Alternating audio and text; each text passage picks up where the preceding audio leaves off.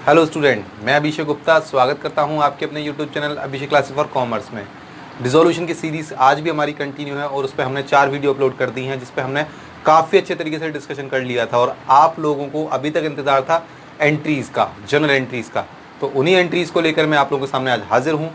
जैसा कि मैं हर बार बोलता हूँ कि पूरी डिसोल्यूशन हम उल्टा स्टार्ट करेंगे, मतलब पहले हम लॉन्ग क्वेश्चन पर आएंगे, लेजर्स करेंगे, एडजस्टमेंट उसमें बाद में करेंगे। तो वही कंटिन्यू आज भी कर रहा हूँ मैं, लेकिन आज हम जर्नल एंट्री करेंगे।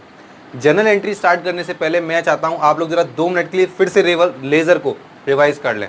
जैसे कि मैंने एक एग्जाम्पल बना रखा है, सपोज करें रियलाइजेशन का एक फॉर्मेट बना दिया मैंने। हम सबसे पहले क्या ट्रांसफ़र करते थे, सन्ड्री एसेट्स, फिर उसके बाद लाइबिलिटी ट्रांसफ़र करते थे बाय साइड और बाय सन्ड्री लाइबिलिटी के नाम से। असेट्स को सोल्ड आउट करते थे, लाइबिलिटीज़ का पेमेंट करते थे। हो सकता है किसी पार्टनर ने लाइबिलिटी का पेमेंट किया हो तो टू पार्टनर का नाम आ जाता था। मैंने एग्जांपल ले लिया राम का, कि अगर कोई पार्टनर असेट्स टेक ओवर करता था तो पार्टनर का नाम यहाँ आता था। अगर डेबिट साइड बड़ी होती थी, क्रेडिट साइड में क्या आता था, लॉस किस नाम से बंद करते थे, पार्टनर्स कैपिटल के नाम से। अगर क्रेडिट साइड ज़्यादा होती थी तो प्रॉफिट आता था, पार्टनर्स कैपिटल के नाम से बंद करते थे। यही फॉर्मेशन था अभी तक हमारा रियलाइजेशन का और होता भी यही है। ठीक है, अब आप कहेंगे आज फिर मैं इस पर क्यों आ गया। वो मैं इसलिए आ गया बिकॉज हम लोगों ने हमेशा जर्नल से लेज़र बनाना सीखा है, लेकिन जिस सीढ़ी से हम नीचे से ऊपर जा रहे हैं उसी से हम ऊपर से नीचे भी तो आ सकते हैं। कहने का मेरा मतलब ये है कि जब हम जर्नल से लेज़र बना सकते हैं तो क्या लेज़र से जर्नल नहीं बना सकते? बिल्कुल बना सकते हैं। कैसे बना सकते हैं वो देखते हैं।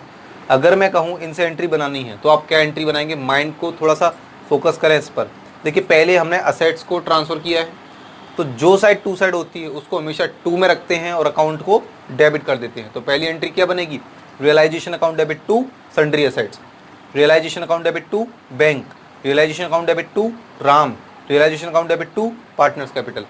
टू साइड में लिखने वाले सारे एलिमेंट टू में रखे जाते हैं और डेबिट साइड में अकाउंट को रख दिया जाता है। क्लियर है? चलिए, अब बाय साइड की बात करें तो ठीक उल्टा कर लीजिए। बाय साइड में आने वाले सारे आइटम डेबिट और अकाउंट क्रेडिट। तो एंट्री क्या बनेगी, sundry liabilities account debit to realisation, bank account debit to realisation, partners capital to realisation. ये हमने एंट्री कर ली। अब इनका रोटेशन भी ध्यान में रखिए, और रोटेशन वही रखिए जो आप जब अकाउंट को बनाते थे और जो रोटेशन बनाते समय लिखते थे वही रोटेशन आप उसका लिखिए। जैसे कि अब रोटेशन वाइज चलते हैं। पहले हम हमेशा असेट्स नोट करते थे तो एंट्री बनेगी realisation account debit to sundry assets, पहली बार यही होता था। सेकेंड टाइम पे हम लाइबिलिटी को ट्रांसफर करते थे तो एंट्री क्या बनेगी, sundry liability account debit to realisation.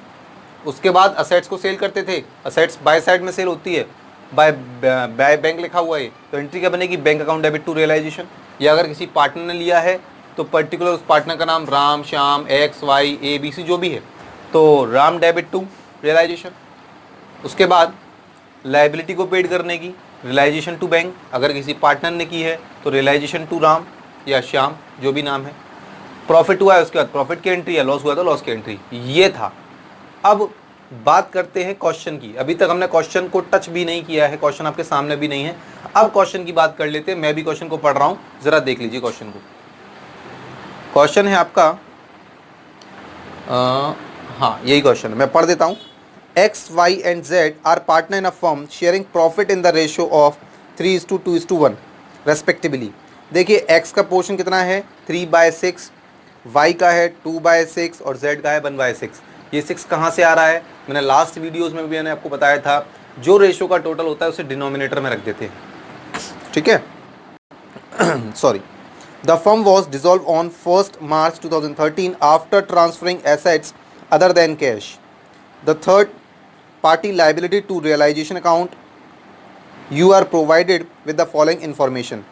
ठीक है, उन्होंने 1 मार्च 2013 को वो फर्म डिसॉल्व करने का डिसीजन ले लिया और थर्ड पार्टी जिसने वो बिजनेस टेक ओवर किया है वो रियलाइजेशन प्रिपेयर कर रही है, रियलाइजेशन अकाउंट को प्रोवाइड करा रही है। तो आपको जनरल एंट्री पास करनी है। पास द ABC, उन्होंने कंडीशन दे दी है आपको, पास जनरल एंट्री। ठीक है, pass necessary journal entry for the above at the time of dissolution. पहला क्या है, first A, there was a balance of 18,000 in a firm's profit and loss account. Firm के पास, आप इसको ये मानिए कि फर्म का रियलाइजेशन का लॉस, फर्म का रियलाइजेशन पर प्रॉफिट हो रहा है। रियलाइजेशन पर अगर प्रॉफिट हो रहा है तो रियलाइजेशन पर प्रॉफिट किस साइड आता है, बाय साइड या टू साइड, बाय साइड या टू साइड, दिमाग लगाइए। क्रेडिट साइड बड़ा होगा तो टू साइड आएगा। तो एंट्री क्या बनेगी, realisation account debit to partners capital. तो एंट्री बना दी मैंने, realisation account debit to partners capital. Partner कितने थे, एक्स वाई जेड, तो एक्स वाई जेड। क्लियर, 18,000 का प्रॉफिट था, 18,000 का प्रॉफिट ये आ गया। 3/6, 2/6 और 1/6 ये आपने ब्रेक कर लिया। ठीक, ये पहला केस आपका। Next, there was an unrecorded bike of 50,000 which was take over by X. एक बाइक थी जिसकी वैल्यू 50,000 थी, जो कि फर्म में रिकॉर्ड नहीं की गई थी, आई मीन ट्रांसफ़र नहीं की गई थी, लेकिन उसे किसने टेक ओवर कर लिया, एक्स ने। अगर कोई फर्म में पार्टनर किसी एसेट्स को टेक ओवर करता है, हम कहाँ लिखते हैं, बाय साइड में, मतलब बाय एक्स कैपिटल। तो यहाँ से एंट्री क्या बनेगी, X capital account debit to realisation, वही एंट्री हो जाएगी, X debit to realisation 50,000। Last, creditor of ₹5,000 were paid 4,000 in full settlement of account. Creditor थे 5,000 के, हमने उनको 4,000 दिए हैं, तो पेमेंट तो किया है, किसने किया है कुछ नहीं पता, तो हम रियलाइजेशन में किस नाम से डालेंगे, टू बैंक के नाम से। तो एंट्री क्या बनेगी, realisation account debit to bank. देखिए, realisation account debit to bank. Narration आप डाल सकते हैं, बीइंग क्रेडिटर पेड, आपने क्रेडिटर का पेमेंट किया, being bike take over by X, being profit on realisation account. ठीक, मैं पहले ही बोल रहा हूँ, इसको आप ये मानिए कि रियलाइजेशन पर प्रॉफिट हुआ था। ठीक है, ये हो गया आपका पहला क्वेश्चन कंप्लीट। आज बहुत छोटे छोटे क्वेश्चन लेकर आया हूँ जनरल एंट्री के, लॉन्ग क्वेश्चन भी आते हैं जनरल एंट्री में, तो वो अभी बाद में और सिखाऊंगा आपको। अब बात करते हैं नेक्स्ट क्वेश्चन की। नेक्स्ट क्वेश्चन भी आपके सामने है, pass necessary journal entry for the following transaction on the dissolution of the firm of P and Q. मतलब पी और क्यू दो पार्टनर थे, इन्होंने फर्म को डिसॉल्व करने का डिसीजन ले लिया है। After the various assets other than cash and outside liability have been transfer to realisation account. मतलब असेट्स और लाइबिलिटी जितनी भी थी अदर देन कैश, वो सारी की सारी रियलाइजेशन अकाउंट में ट्रांसफ़र कर दी गई हैं। अब आपको कुछ केस दिए हैं A B C D E F, उन टॉपिक पर आपको जनरल एंट्री बनानी है। पहली है, bank loan ₹12,000 was paid. Bank loan आपने पेड किया है। देखिए, वो आपसे ट्रांसफ़र करने की एंट्री नहीं पूछ रहा है, पेड करने की पूछ रहा है। तो पेड कहाँ होगा, ये बात मैंने मान ली, ट्रांसफ़र यहाँ होगा। पेड कहाँ होगा, यहाँ होगा। किसी का नाम नहीं है तो किसने किया, टू बैंक से पेमेंट जाएगा। तो एंट्री क्या बनेगी, realisation account debit to bank account. तो एंट्री बनी realisation account debit to bank account. आप नरेशन में डालें, बीइंग बैंक लोन पेड। ठीक, B case, stock worth ₹16,000 was take over by Q. अब आप दिमाग में ही सोचिए, स्टॉक को क्यू ने टेक ओवर किया, असेट्स ट्रांसफ़र होती है टू साइड, हर बार इसकी हेल्प नहीं लेनी है हमको, ये हमें दिमाग में बनाना है। असेट्स ट्रांसफ़र होती है टू साइड में, सोल्ड आउट होती है असेट्स बाय साइड में। एक्स वाई ने लिया है तो हेडिंग बनेगी वाई की, तो बाय साइड से आप एंट्री बनाएंगे, तो Y's capital account debit to realisation, ये आ गई वो एंट्री। कितने का था, 16,000 का, वाई डेबिट टू रियलाइजेशन। आप नरेशन में डालेंगे, being stock take over by Q. Next entry C, partner P, वो बोल रहा है क्लियरली, पी एक पार्टनर है with a creditor of fees paid 4,000। P ने क्रेडिटर को 4,000 पेड किया। क्रेडिटर ट्रांसफ़र होते हैं बाय साइड में, पेमेंट होता है टू साइड में, क्लियरली बोला गया पी ने पेमेंट किया है, तो टू पीस कैपिटल होगा। एंट्री बनेगी realisation account debit to P, realisation account debit to P's capital, being creditor paid by P. D, an assets not appearing in the books of account realise 1,200। एक assets थी जो firm की बुकों में दिखाई नहीं गई थी, शो नहीं की गई थी, उससे 1,200 रुपये रिसीव हुए हैं। असेट्स ट्रांसफ़र होती है बाय में, सेल होती है, सॉरी ट्रांसफ़र होती है टू में और सेल होती है बाय में, कुछ मेंशन नहीं है किसने बेची, तो हेडिंग बनेगी बैंक के नाम से। तो bank account debit to realisation account, check करिए, bank account debit to realisation account, being assets sold. आप ये भी लिख सकते हैं, बीइंग अनरिकॉर्डेड असेट्स सोल्ड, कोई दिक्कत नहीं, दोनों ही ठीक है। नेक्स्ट है, expenses of realisation 2,000 were paid by Q. Expenses of realisation, खर्चा कहाँ होता है, टू साइड में, क्लियरली बोला गया है क्यू ने पेड किया है, तो नाम हेडिंग क्या बनेगी, क्यू, तो to Q's capital account, entry बन जाएगी realisation account debit to Q's capital, ये रहा realisation account debit to Q's capital. ठीक है, ये हो गया। नरेशन आ जाएगी expenses paid by Q. Profit on realisation 36,000 was dissolve between P and Q in 5:4। Profit हुआ है, सबसे बड़ी प्रॉब्लम ये आती है प्रॉफिट इस साइड या इस साइड। आप ये दिमाग में रखिए, अगर क्रेडिट साइड ज़्यादा होगा तभी तो यहाँ आएगा, तभी तो प्रॉफिट होगा।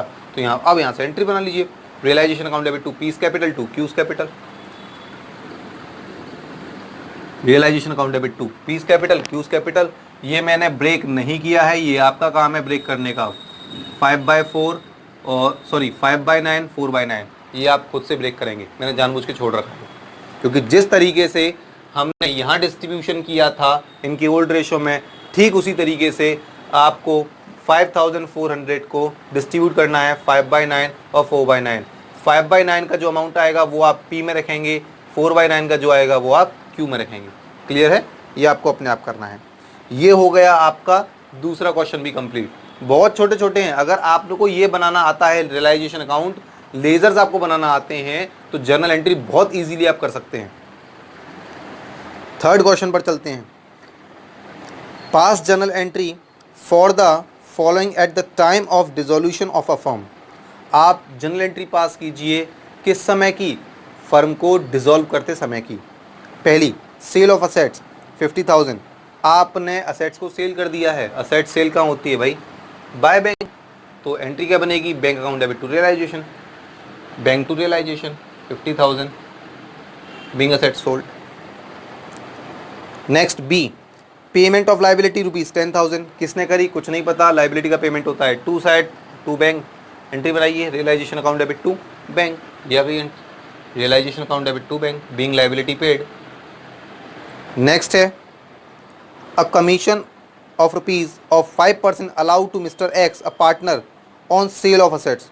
बहुत बढ़िया, एक पार्टनर था एक्स जिसको 5% कमीशन मिलता है, किस अमाउंट का, उस अमाउंट का जितनी अमाउंट उसने असेट्स को सेल करके रिसीव की थी। कितनी की थी, 50,000। तो 50,000 का 5% कितना होता है, 50,000 का 5% कितना होता है, ये आएगा 5 5 या 25, 2,500। तो भाई कंपनी के पॉइंट ऑफ व्यू से सोचिए, कंपनी अगर किसी पार्टनर को कमीशन देगी तो उसके लिए क्या है, वो लॉस या प्रॉफिट, एक्सपेंडिचर या इनकम, डेफिनेटली एक्सपेंडिचर है। तो एक्सपेंडिचर टू साइड में आएगा, किसको दे रही है वो, एक्स को दे रही है, तो हेडिंग क्या आएगी, 2x कैपिटल। तो बना लीजिए realisation account debit 2x capital, आगे realisation account debit 2x capital 2,500 being commission paid 2x। ठीक, next entry, realisation expenses amounting to ₹15,000। Realisation के एक्सपेंसेस हैं 15,000 रुपये के। भाई टू साइड में आते हैं, कुछ बोला नहीं गया किसने दिए, तो टू बैंक मानूंगा। बना लीजिए realisation account debit to bank, realisation account debit to bank 10,000 के खर्चे थे वो। Z1 old customer whose account for ₹6,000 was written off as a bad debt the previously paid 60% of the amount written off। बहुत अच्छा, actually इन्होंने बोला Z एक हमारा कस्टमर था पुराना, जिस पर हम लोगों के 6,000 रुपीज़ निकल रहे थे, मतलब वो Z हमें 6,000 रुपये देता, लेकिन लास्ट ईयर में, पिछले साल में हमने ये मान लिया कि वो पैसा नहीं देगा, बैड डेट्स हो गया, बट्टे खाते चले गए, अब पैसा रियलाइज नहीं होगा। लेकिन उसकी अंतरात्मा ने उसको जवाब जागी तो उसने हमें पेमेंट दिया। कितना दिया, 60% रियलाइज्ड हुआ, मतलब डूबा हुआ पैसा मिल गया। सीधी सी कहानी, मिल गया, रियलाइज्ड हुआ है पैसा। और पैसा रियलाइज्ड कहाँ होता है, टू साइड में या बाय साइड में। पैसा रियलाइज्ड असेट्स को सेल करके होता है, डेटर इज असेट्स, भले ही वो बैड डेट्स वाला हो लेकिन है तो असेट्स की कैटेगरी में ना, तो बाय बैंक। तो एंट्री बनेगी bank account debit to realisation, bank account debit to realisation. 6,000 का 60% होता है 3,600, तो वो आप लिख देंगे और नरेशन डालेंगे being 60% of previously bad debts recovered, या being 60% of amount ₹6,000 receive which was bad debts previously year. ठीक है, लास्ट एंट्री है इन्वेस्टमेंट जिसकी बुक वैल्यू 10,000 रियलाइज्ड 150%। इन्वेस्टमेंट जिसकी वैल्यू थी, बुक वैल्यू पुस्तक मूल्य 10,000 रुपये था, जिससे हमें 150% मिला। 10,000 का 150% कितना होता है, लगाइए दिमाग, 15,000 रुपये। कैसे?